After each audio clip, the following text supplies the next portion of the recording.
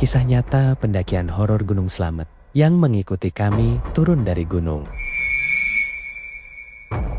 Gunung selalu memiliki dua sisi. Di siang hari, ia terlihat indah. Hutan yang hijau, udara yang sejuk, dan pemandangan yang membuat siapapun ingin kembali. Namun, ketika malam datang, gunung bisa berubah menjadi tempat yang sangat berbeda. Sunyi, gelap, dan penuh misteri. Cerita ini terjadi beberapa tahun lalu, ketika 4 orang sahabat memutuskan untuk mendaki Gunung Slamet. Gunung Slamet dikenal sebagai salah satu gunung tertinggi di Jawa Tengah. Jalurnya panjang, hutannya lebat, dan banyak cerita mistis yang beredar di kalangan pendaki. Tapi seperti kebanyakan pendaki muda, mereka tidak terlalu memikirkan hal-hal seperti itu. 4 sahabat itu bernama Arif, Bagas, Randy, dan Tono. Mereka sudah sering mendaki bersama sebelumnya. Namun perjalanan mereka ke Gunung Slamet kali ini menjadi pengalaman yang tidak akan pernah mereka lupakan seumur hidup.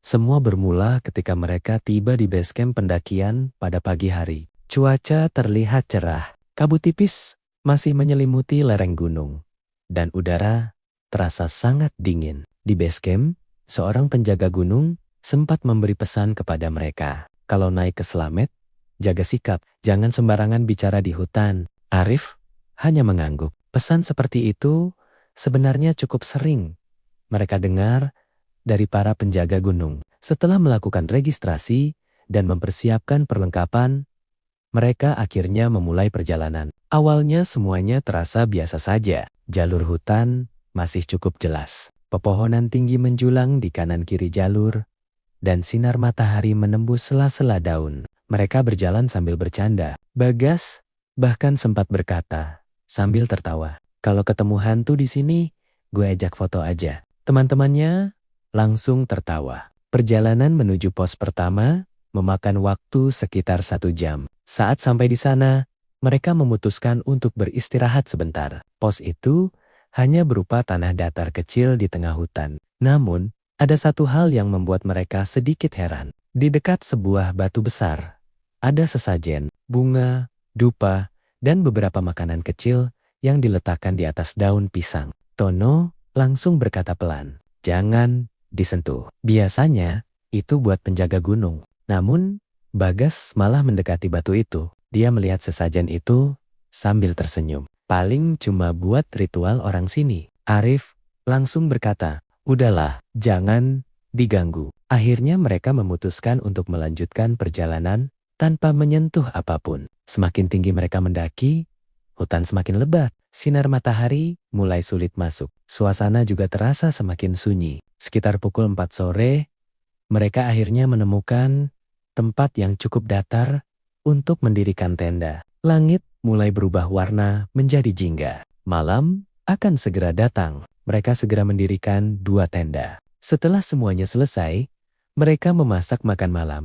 Mie instan dan kopi hangat terasa sangat nikmat di udara gunung yang dingin. Awalnya, suasana terasa menyenangkan. Namun sekitar pukul 9 malam, sesuatu mulai terasa aneh. Hutan tiba-tiba menjadi sangat sunyi. Tidak ada suara jangkrik, tidak ada suara burung malam. Hanya suara angin yang sesekali melewati pepohonan. Tono tiba-tiba berbisik, "Kalian dengar itu?" Semua langsung diam. Beberapa detik kemudian, terdengar suara dari kejauhan. Suara seperti gamelan, sangat pelan, seperti berasal dari dalam hutan yang gelap. Randy langsung merinding. Perasaan di gunung nggak ada desa ya. Suara itu hanya terdengar beberapa detik, lalu hilang. Mereka mencoba mengabaikannya. Namun sekitar 30 menit kemudian, suara itu terdengar lagi. Kali ini lebih jelas. Seperti ada seseorang memainkan musik tradisional jauh di dalam hutan. Bagas yang tadi paling banyak bercanda, mulai terlihat sedikit gugup. Siapa coba yang main gamelan di gunung jam segini? Tidak ada yang menjawab. Akhirnya, mereka memutuskan untuk tidur. Arif tertidur cukup cepat. Namun, sekitar pukul 2 malam, dia terbangun. Bukan karena suara, tapi karena perasaan aneh, seperti ada seseorang yang sedang mengawasi mereka. Arif membuka mata perlahan. Tenda gelap. Hanya sedikit cahaya dari senter yang tergantung di luar. Lalu dia mendengar sesuatu. Langkah kaki di luar tenda. Pelan, seperti seseorang berjalan mengelilingi mereka. Kresek, kresek, Arif menahan napas. Dari dalam tenda sebelah, terdengar suara Randy berbisik. Arif, kamu juga dengar? Arif menjawab pelan. Iya, langkah itu berhenti. Tepat di depan tenda. Beberapa detik terasa sangat lama. Lalu terdengar suara seperti seseorang mengendus. Arif merasa seluruh tubuhnya merinding. Namun, beberapa saat kemudian, langkah itu menjauh. Pagi akhirnya datang. Mereka semua terlihat pucat. Tidak ada yang benar-benar tidur malam itu. Mereka mencoba menganggap kejadian itu hanya suara hewan. Namun, kejadian yang lebih aneh justru terjadi setelahnya. Saat mereka bersiap melanjutkan perjalanan, mereka menyadari sesuatu. Sepatu Bagas hilang. Sepatu yang semalam diletakkan di depan tenda tidak ada. Mereka mencari di sekitar tenda. Tidak ada. Anehnya, tanah di sekitar tenda tidak menunjukkan jejak apapun. Seolah sepatu itu hilang begitu saja. Bagas mulai terlihat kesal. Siapa sih yang iseng? Tidak ada yang menjawab. Akhirnya Bagas memakai sandal cadangan untuk melanjutkan perjalanan. Namun, sejak saat itu, hal-hal aneh mulai terjadi. Saat mereka berjalan di jalur hutan, Arif beberapa kali merasa seperti melihat seseorang berdiri di antara pepohonan. Setiap kali dia menoleh ke arah itu, tidak ada siapa-siapa. Sekitar 1 jam kemudian,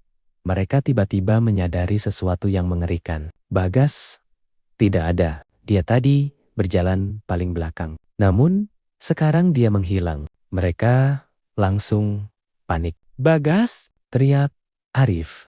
Tidak ada jawaban. Mereka kembali menyusuri jalur beberapa meter. Tas Bagas masih ada di dekat jalur. Namun, orangnya hilang. Tono mulai gemetar. Ini nggak beres. Saat itulah mereka kembali mendengar suara gamelan. Namun, kali ini sangat dekat. Kabut tiba-tiba turun dari antara pepohonan. Dan dari dalam kabut itu, mereka melihat seseorang berjalan perlahan. Saat sosok itu semakin dekat, mereka semua membeku. Itu Bagas. Namun ada sesuatu yang sangat aneh. Dia berjalan dengan langkah kaku. Kepalanya tertunduk. Dan saat dia mengangkat wajahnya, matanya kosong. Seperti bukan dirinya lagi. Di belakangnya ada sosok perempuan berpakaian putih, berdiri di antara pohon. Rambutnya panjang menutupi wajahnya, seolah mengikuti Bagas. Tanpa berkata apapun, mereka langsung berlari turun gunung. Tidak ada yang berani menoleh ke belakang. Suara gamelan terus terdengar sepanjang perjalanan mereka turun. Baru ketika mereka hampir sampai base camp, suara itu akhirnya hilang. Namun sejak kejadian itu, Bagas tidak pernah benar-benar sama lagi. Dia sering melamun, sering menatap ke arah gunung dengan tatapan kosong. Dan setiap kali teman-temannya bertanya apa yang terjadi saat dia menghilang, dia hanya menjawab satu kalimat dengan suara pelan. Ada yang ikut turun dari Gunung Slamet.